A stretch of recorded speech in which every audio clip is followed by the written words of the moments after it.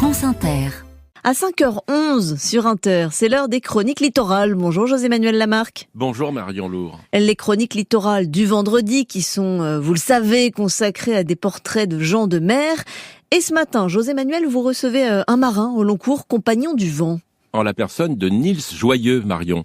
Alors Niels Joyeux, c'est un marin bien évidemment, mais c'est un marin participatif, coopératif. C'est un des cofondateurs de Wincop. Wincop, c'est une grande aventure de la construction d'un cargo à voile, mais voile très technologique.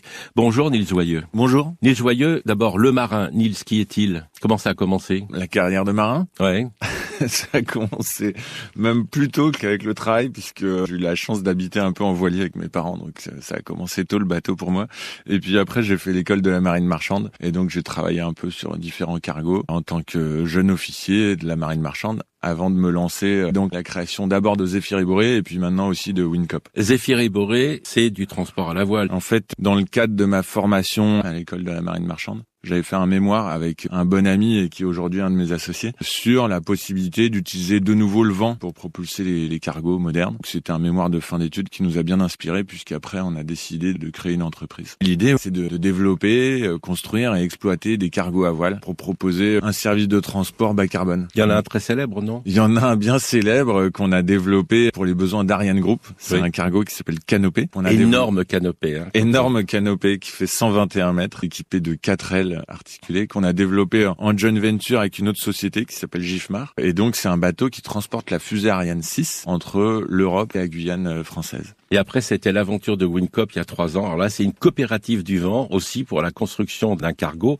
Mais là, c'est un appel à participation à tous ceux qui veulent donner de l'argent. Qui donne de l'argent devient armateur avec vous. Et bientôt, le bateau pour Wincop, ça sera 2025. Oui, tout à fait. Wincop, c'est un projet un peu différent de Zéphyr et Borée parce qu'on a voulu faire un projet organisé en coopérative, comme vous l'avez dit, où on propose à tous ceux qui le souhaitent d'être co-armateurs et d'investir dans la coopérative. Et donc aujourd'hui, oui, ça a bien fonctionné puisqu'on a atteint environ 1400 sociétaires et on a levé un peu plus de 6,7 millions d'euros. Donc le premier bateau, on aura réussi le pari de le financer avec la coopérative, donc avec tous les sociétaires. Et sur l'eau en 2025, le cargo. C'est ça, fin 2025, c'est peut-être un peu optimiste parce que les plannings glissent toujours, donc ce sera sûrement début 2026. Vous faites partie de ces précurseurs qui ont relancé le transport à la voile, ce qu'on appelle la propulsion vélique. C'est l'avenir? Ouais, je suis persuadé que c'est l'avenir. Toute l'énergie qu'on va capter grâce à l'énergie du vent qui est gratuite et illimitée, ce sera ça en moins de carburants alternatifs, de biofuel ou de méthanol ou d'autres types de fuel qui vont être très coûteux et limités en quantité. Si aujourd'hui, mettre des voiles sur les bateaux, c'est encore un geste, on va dire, un peu militant, un peu engagé, demain, ce sera juste économiquement une évidence, quoi. Le marin Niels Joyeux,